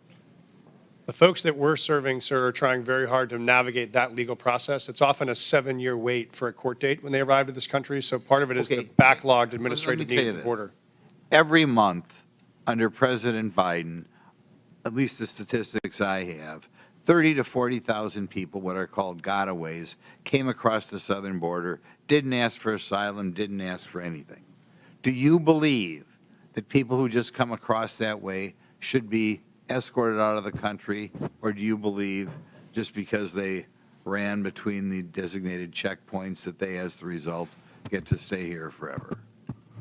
Again, sir, we're serving folks who are seeking asylum or have status, Well, of course, like temporary protective you status. wouldn't even know that. Or CBP-1. Okay, next, Mayor Johnson, buddy from Chicago, what do you think? Should we have an immigration law in this country, or should anybody who comes here just be able to stay here? I do support the bipartisan legislation that was passed out of the Senate for comprehensive immigration Well, reform. no, that's not answering the question. Right now, people are breaking the law. Do you believe the United States should have an immigration law? As far as I know, every country in the world has an immigration law. Maybe there's one outlier or something. And we have laws in the United States. Do you believe if people come here and break the law that they should be escorted out, or do you believe they just get to stay here forever? Our immigration system is broken. We have not had comprehensive immigration reform since 1986. May I answer fully? Yeah, his time's expired, but Okay. feel free to answer. Do you want Mayor Wu to answer your question, or are you finished? Okay, yeah, go ahead. Yes, thank you, Congressman. Yes, I do believe we need, cities everywhere clearly need an immigration law that has secure borders, comprehensive and consistent, compassionate pathways to residency and citizenship, resources to adjudicate the complexities of the law.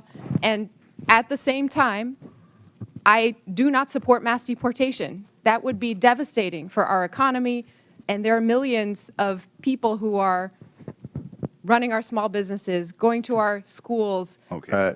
Thank you. Chair recognizes, and I must add, I don't think anyone's calling for mass deportation, but Chair recognizes Mr. Garcia. Wait, what? From California. Thank you. Well, thanks, Mr. Chairman. I want to thank all of our witnesses for being here today. Before I came to Congress, I was the mayor of Long Beach, California for 8 years. It's a diverse city of about 500,000 people, so I appreciate the work that mayors do. As mayor, I signed the Long Beach Values Act to protect all of our residents, including immigrants and undocumented residents. We set up justice funds to support people that were facing deportation, defending immigrants in court. These are policies that are strongly supported by my residents back home because they are good for all the community and make Long Beach safer. Now, we also know that immigrants make our communities vibrant and thriving places to live. The facts are that sanctuary jurisdictions or jurisdictions that welcome immigrants are overwhelmingly safer than non-sanctuary jurisdictions. That's actually a fact. Immigrants, both documented and undocumented, are also less likely to be incarcerated or to commit crimes than native-born people. We know this to be true. Again, these are facts, and mayors have every right to pursue the policies that you know are best for your residents. Now, the Trump administration has threatened to prosecute some of the mayors on the panel today and force them to comply with his extremist agenda. But however, Mayor Adams, you are in a different position. You, of course, are already facing serious criminal charges. And Mayor Adams, I assume that you are not going to commit perjury today. And I do believe, though, that you have an enormous amount of issues facing you ahead of you. And it means that your criminal charges are absolutely relevant to us today. Bribery, wire fraud, willfully and knowingly conspiring to commit offenses against the United States. Mayor Adams, you, of course, deny these corruption charges against you. Is that correct? Yes. Yes, Congressman. Thank you. Now, I understand that you are proven innocent unless you are guilty, but you also have, sir, a trust problem. 4 of your deputy mayors have resigned. Now, this is serious, and Republican prosecutors agree that the evidence against you is ironclad, yet Trump's DOJ moved to drop these charges. Now, I just want to be just really clear and show this here. Now, look at how the Trump-appointed acting U.S. attorney who is prosecuting you described it. Because the law does not support a dismissal, and because I am confident that Adams committed the crimes with which he is charged, I cannot agree to seek a dismissal. Now, this is a conservative Republican who resigned when Donald Trump pressured her to drop the charges. And we know the Trump administration demanded that the charges be dropped. And this is key. They will be able to refile them against you, Mr. Mayor, at any time. I think, personally, that's why you sat next to the architect of family separation on Fox and Friends. Now, Tom Homan sat next to you and said the following, and I quote, "Getting on Rikers Island is step one. We're working on some other things that we don't really want to talk about on open air because the city council will be putting roadblocks up on us. The mayor and me have a commitment to several other things." Now, this was you, of course, and Mr. Homan, the architect of family separation. This is also incredibly concerning, Mr. Mayor. You sat next to him, you smiled, you badmouthed your own city council. Now, Mr. Mayor, we have a right to know if the Trump administration has actually coerced you into agreeing to anything. And Mayor Adams, I also want to be very clear. Are you selling out New Yorkers to save yourself from prosecution?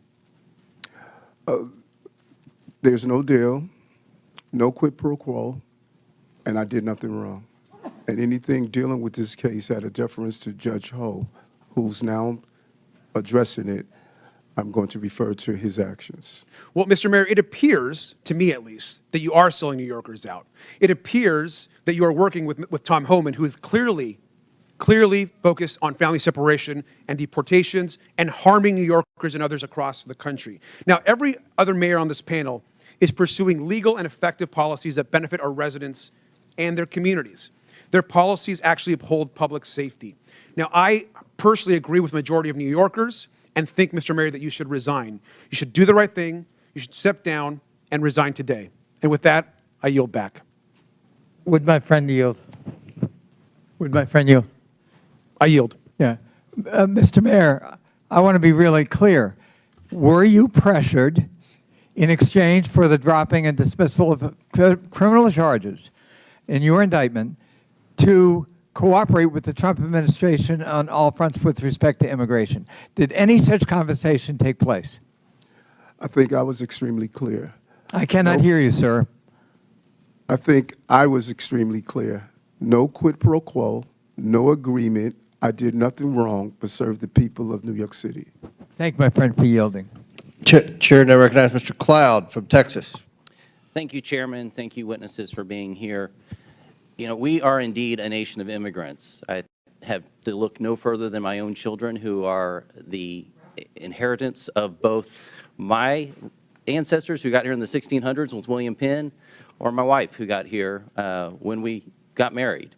I think that's really what this nation is about. But you are not here today because of legal immigration. You are here because of illegal migrants who have been sent to our country. In your opening statements, there was a deft linguistic shell game that you played to try to conflate legal immigration with people who are coming here illegally. And we're savvy to that. You are here because each of you, with the exception of Mr. Adams, have said in some form or fashion that you will not honor ICE detainers. In other words, that when you have people in custody and ICE says, we need to come arrest that person because they're here illegally, that we will not honor that. That's why you're here. No one's asking you to go round up criminal aliens. We are asking you to take people who are already in your custody and hand them over to legal federal law enforcement. Now, what this does is it saves U.S. taxpayer money. It keeps from a greater presence of ICE and federal law enforcement in your communities, because if you're releasing them, it takes more people, as Chairman Jordan mentioned, to go in and to re-arrest that person, and it puts the lives of law enforcement in danger. This used to be a bipartisan issue. As a matter of fact, groups like the Cato Institute called President Obama the deporter-in-chief. And Mr. Chairman, I'd like to submit for the record a Cato article that said President Obama, deporter-in-chief is the title of it. So why we have to ask is suddenly the left not embracing policies that Obama supported.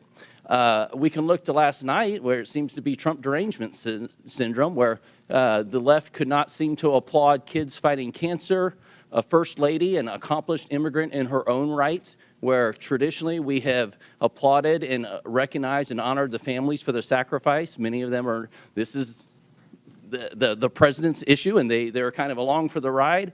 It was odd, I thought, that they applauded sending more money to the Ukraine, but not peace for Ukraine. And so it brings us back to why we're here and why this is a partisan issue all of a sudden. It boggles the mind. Now, Mayor Johnson, you seem to want to talk about Texas, so I'm from Texas. Let's talk about Texas. First of all, have you been to the southern border? I've been to Texas, but I have not been exactly to the southern border. Okay. You seem to talk about Governor Abbott and sending buses to your city.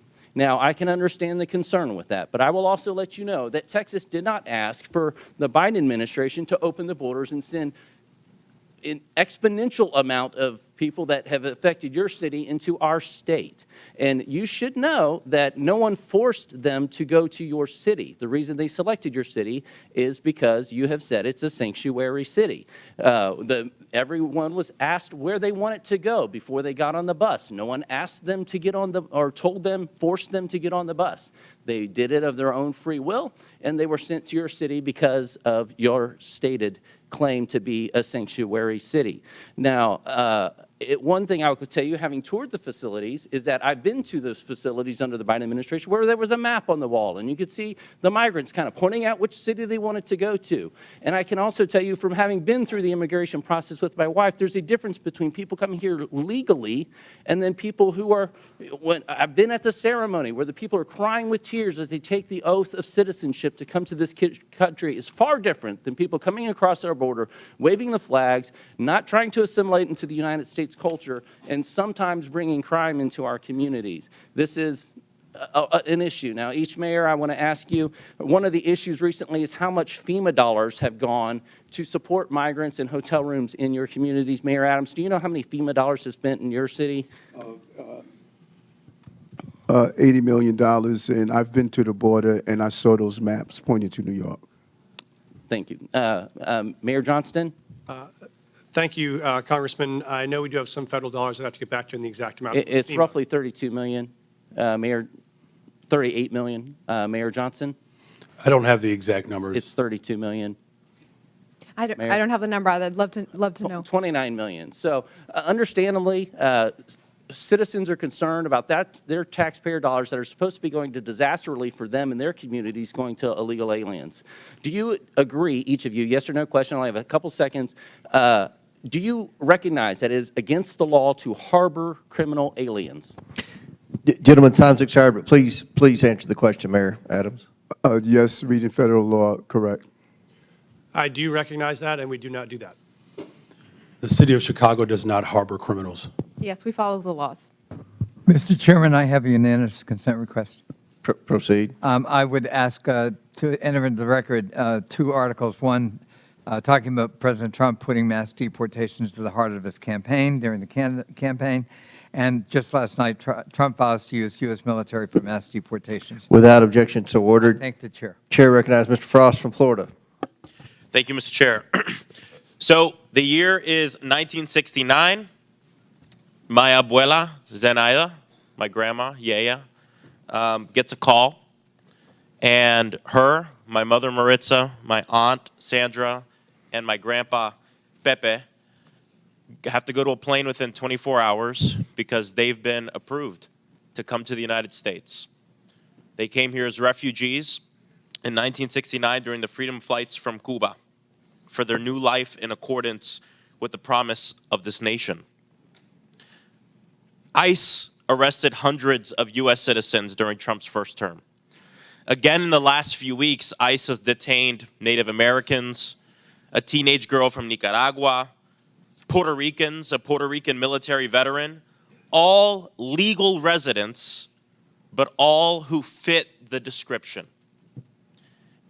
I bet someone like my grandma would have fit the description too. Maybe even myself.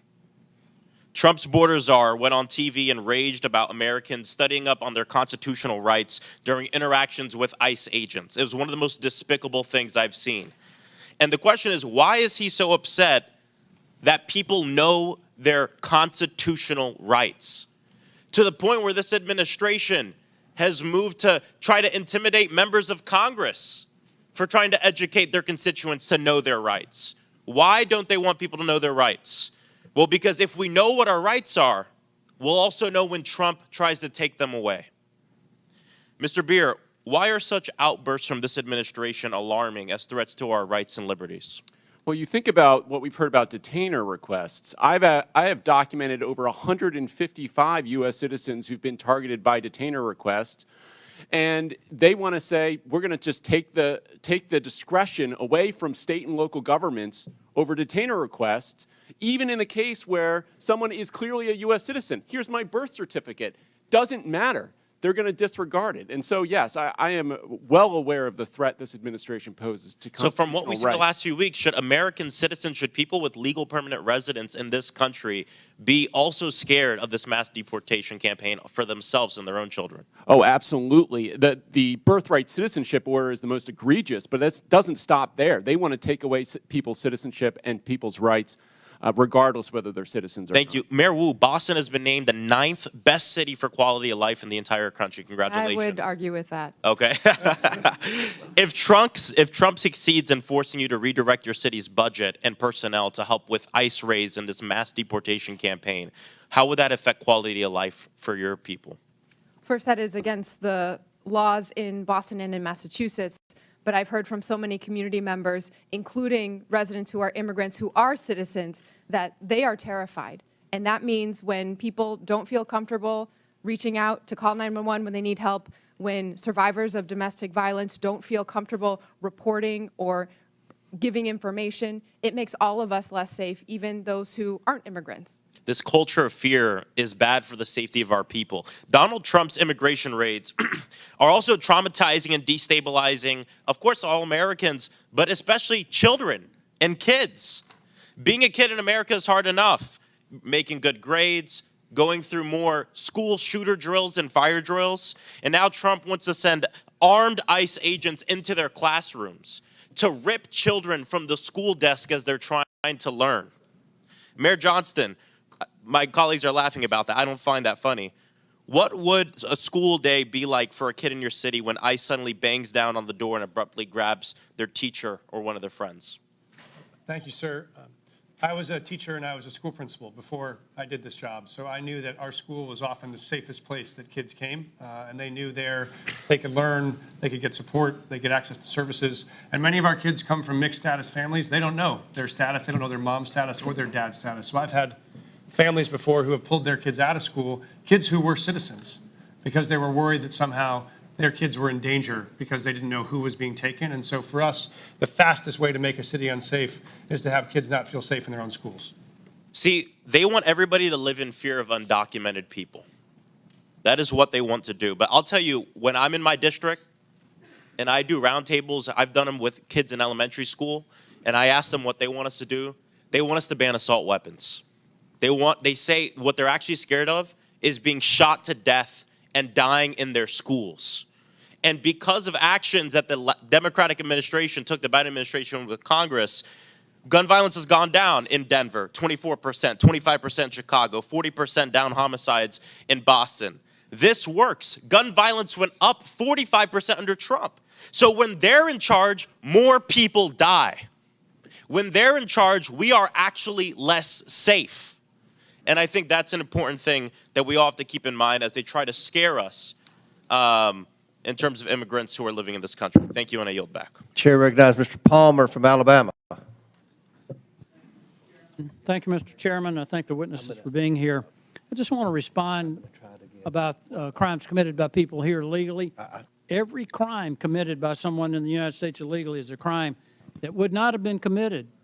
Lincoln Riley, Ruby Garcia, Rachel Morin, Joycelyn Nungaray, the woman set on fire in the New York subway. These are all assaults, rapes, murders, and other crimes that would not have taken the lives of these people if those people were not here illegally. They were given safe harbor. Now, I want to ask you something. You all took an oath of office. Mr. Adams, did you swear to uphold the Constitution of the United States? Yes, I do. How about you, Mayor Johnson? Yes, sir, I did. How about you, the other Mayor Johnson? Yeah, the Constitution of the United States as well as the Constitution of Illinois. Okay, and Mayor, Yes. you did. Are you familiar with the Supremacy Clause? Any of you? Yes, sir, I am. Okay. Then under the Supremacy Clause, you understand that the laws of the United States take precedent over the laws of Colorado, over the laws of Illinois, over the laws of Massachusetts, and your cities. Do you understand that? Yes, sir, I do. But when you declared your cities sanctuary cities, you did so illegally. Do you understand that? Respectfully, sir, I would disagree with that. We follow You're every disagreeing federal with law. the law. It's against the law to give sanctuary to people who have committed felonies, and it's a felony to cross the border legally. There You is no- gave sanctuary to people who are here illegally. You violated your oath to uphold the Constitution because of the Supremacy Clause. The laws of the United States take preference. But you didn't do that. There is, thank you, sir. There's no part of our city law that violates federal law, no part of the practices or services we provided that violate federal law. Did you personally violate the law then by giving sanctuary? Somebody gave these people sanctuary. You declared your city, city of Boston was declared a sanctuary city by you, Mayor. Being a sanctuary city as you describe it, or being a city as we describe it, that's home for everyone, does not, it means that if When you commit a give crime, safe you are harbor held to accountable people who are regardless of here immigration illegally, status. and when you interfere with the officers of the law who are there to even remove people that you know have committed crimes, you have violated your oath of office. You've committed a crime. Mr. Chairman, I don't understand why we haven't been discussing obstruction of justice. I mean, get real about this.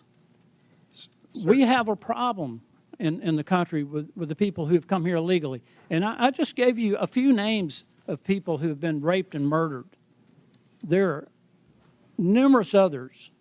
There's a whole organization established called Remembrance to remember the people who have been assaulted, raped, murdered in this country because certain cities, certain officials decided to give sanctuary to people who came here illegally and committed these crimes. It goes all the way back to Kate Steinle, San Francisco, shot by someone who was here illegally.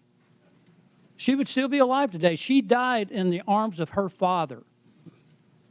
So again, I want to know if you understand the Supremacy Clause, that the laws of the United States are supreme over whatever your opinions might be of what the laws are.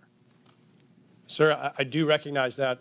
We do follow that. I want to clarify that we actively, aggressively pursue any known criminal in the city, and we actually partner with the federal government to do that. If there is someone with a criminal warrant, we're searching for them. We have federal task forces we're partners of to break up gang activity. We do that for drug trafficking. We do that on armed robberies. So we are in partnership with the federal government on many issues around. Mayor Adams is being attacked because he's agreed to cooperate with federal officials to uphold the laws of the United States. I haven't heard any of you in defense of that. We are absolutely upholding the laws of the United States. We do it every day, and we will continue to do it. I just think we need to do a deeper dive into this, Mr. Chairman. If it were up to me, I mean, I'd be considering referring charges. I think we've got a problem here when we decide that there's some laws that we will obey and some laws that we won't. I don't care who it is, Republican, Democrat, I don't care what office you hold. We need to abide by the laws passed by. Will the United gentleman States. yield? No, I will not yield. Mr. Chairman, I thank you for the time. I yield back. Gentleman yields back. We're Well, going to have, it's- we're going to have two more. We're going to have two more questioners. Then we're going to have to take a break at the request of the witnesses, a 15-minute break, maybe 20 if we need that. But Chair recognizes Mr. Kassar, and after him, then Mr. Higgins, and we'll proceed with the break. But Chair recognizes Mr. Kassar. Good morning. Good morning. Good morning. Mayor Wu, can you tell us a little bit, just maybe 20 seconds, about how your administration has helped address unemployment, especially amongst youth in your city, which we know is a risk when we have high levels of young people unemployed? We made a commitment, our mayor's guarantee, that any young person in the Boston Public Schools who wanted a paid summer job would get one, and we fulfilled that with the partnership of businesses and companies and organizations throughout the city. Record numbers participating. Thank you, Mayor Wu. Mayor Johnson, can you tell us a little bit about measures your office has implemented to address the root causes of violence in Chicago? Thank you for that question. Yes, so first of all, it's great to report that violence is down in the city of Chicago, and it has gone down since I've been in office as a result of a couple of measures. One, we've reopened 3 mental health clinics because we do know that mental health issues, and we are in a very severe mental health crisis. We've also increased the number of youth employment. We have hired almost 28,000 young people for last summer. This year, we have an opportunity to hire up to 29,000 young people. We've also built more homes. Just last year, we've appropriated $11 billion, 37,000 construction jobs in the works for almost 10,000 more affordable units, and we have promoted and hired 200 detectives to increase trust between community and law enforcement to solve the crimes that do occur in our city. Thank you so much. Mayors, I want to thank you for the hard work you're doing every single day. Just in 40 seconds, you have described building tens of thousands of homes for people that need them, hiring detectives to solve cold cases, building community trust to reduce violence, hiring people to do incredible mental health work, and reducing the youth unemployment rate. That is so much more than what the Republican majority can ever describe having ideas about. And that's why they've dragged you before us today. They want to point the finger at you because they have no plan on how to address housing, no plan on how to reduce costs, no plan on how to actually reduce violence in our communities. In fact, maybe some of the only plans they have would be to make those issues worse. And I know that you all, as mayors, are doing one of the hardest jobs in this country every single day. You're serving your communities honorably. And they don't want the American people to hear about how Boston has drastically dropped your unemployment rate. They don't want the American people to hear about how Chicago is dropping the rate of violence in the city. But our job is to make sure the American people actually hear the truth. And the truth is that you are pairing a law enforcement response along with a mental health response and a housing response and a jobs response to what's going on in your cities. And that is so critical. Republicans, on the other hand, here are going back to the same old tactic, which is to say, find a vulnerable group of people and let's blame them for everything that we can. Anything bad that happens, let's go try to point the finger at our political opponents or at a vulnerable person or at a person of color from a faraway place. And that doesn't actually solve real issues for the American people.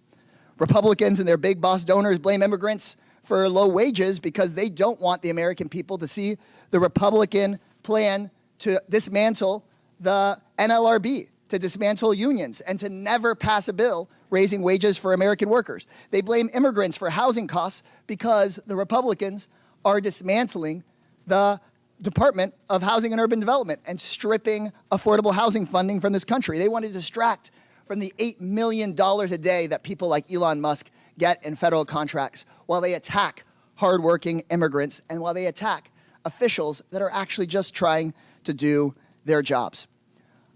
Mayor Johnson, you have a limited number, I suppose, of jail cells in Cook County and a limited number of law enforcement resources. Is that correct?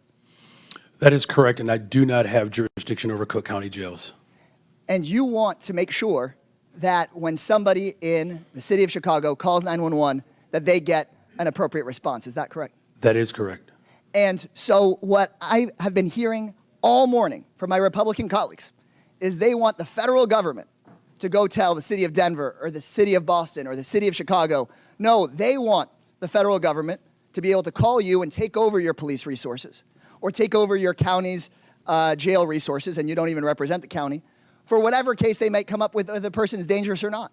Instead of having cities determine if somebody is dangerous and needs to be held, instead of having cities say, we want to make sure if you have an emergency that we get somebody to you and don't just send out our police to a call that may not be a priority just because somebody in the federal government wants to go after somebody with no criminal background and that isn't a threat. And so with that, Mr.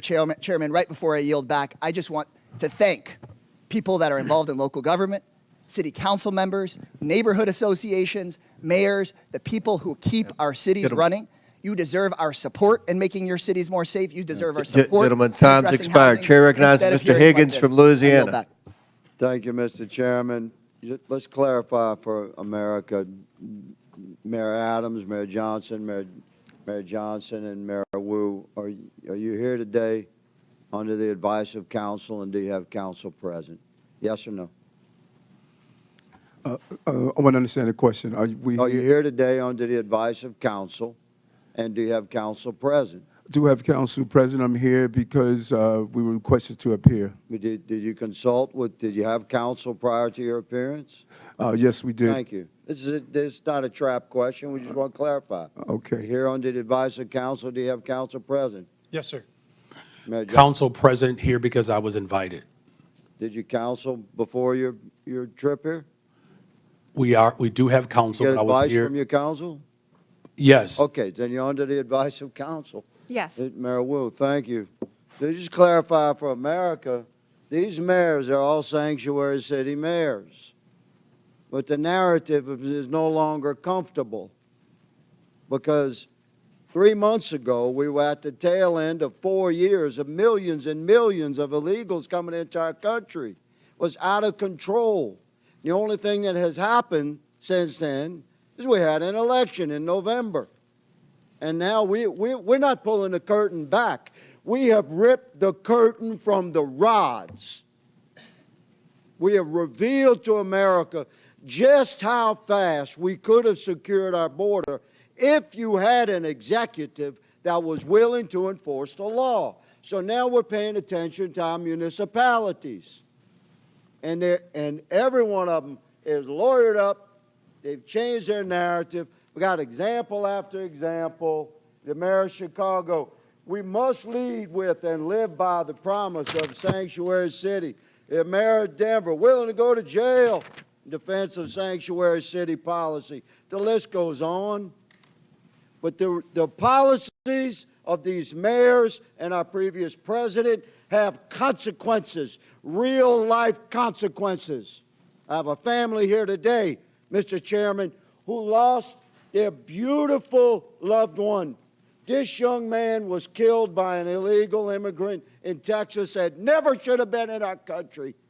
He'll never be here to raise his daughter, Anne Marie, to love and cherish and honor and uphold his beautiful wife, Olivia. And you mayors have responsibility, not just to your communities and the citizens you just want to serve, but by extension to the entire republic. And let me clarify, I was a cop for a long time. To honor the jurisdictional authority of another law enforcement agency, you do it every day in your city. Guaranteed, every one of you, if you have an inmate in your city on city charges, and that inmate has a felony warrant from a neighboring county or another county in your state, and that county contacts your city while you have that inmate in detention, and ask you to hold them for them to come pick it up upon release. Guaranteed you release that inmate to the county over or to your state police. But you're not doing it for ICE. And ICE is responsible to remove millions of criminal, hard-edged, criminal illegals from our country. And we've had enough. America's fed up with this betrayal of oath, and you'll be held accountable. One of you said you're willing to go to jail. We might give you that opportunity, good mayor. One of my colleagues mentioned the children. I always want to talk to the children, separation of children. At any given time in America, there's 750 to 850,000 American citizen parents of minor children incarcerated in our country.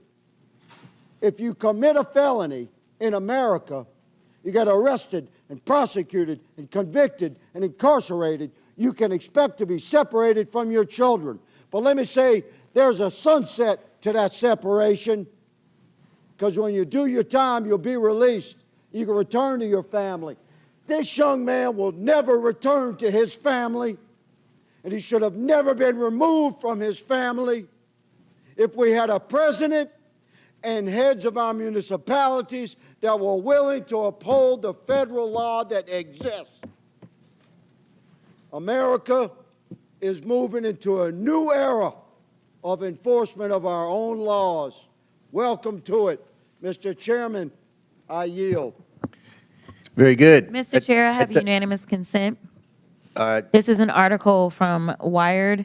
It is February 18th of 2025. U.S. funding cuts are helping criminals get away with child abuse and human trafficking. Services supporting victims of online child exploitation Without and objection, trafficking. so ordered. Thank you so much. At the request of the witnesses, the committee will take a 20-minute break. Pursuant to the previous order, the chair declares the committee in recess for 20 minutes.